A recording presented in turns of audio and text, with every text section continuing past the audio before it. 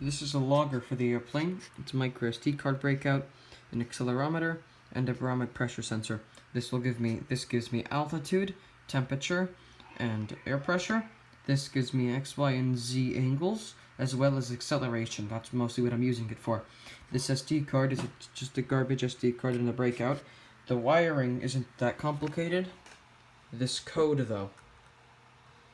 This took me well over 5 hours to make, and I didn't even write it. I edited it, I had to, splice codes together, and this took, since I've been working on this since yesterday. I only just finished it a few seconds ago. What it does is it logs altitude, temperature, pressure, and X, Y, and Z angles, so like this, and acceleration. So if it goes faster or slower, it'll pick that up. Normally it's at 9.4 meters a second, because that's what speed the Earth is. And it logs everything to this SD card. And if I take the SD card out of here,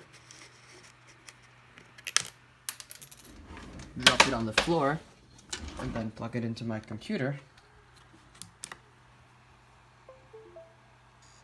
we get a beautiful log with all of the data we want. So as you can see, temperature, pressure, altitude, XYZ, and acceleration.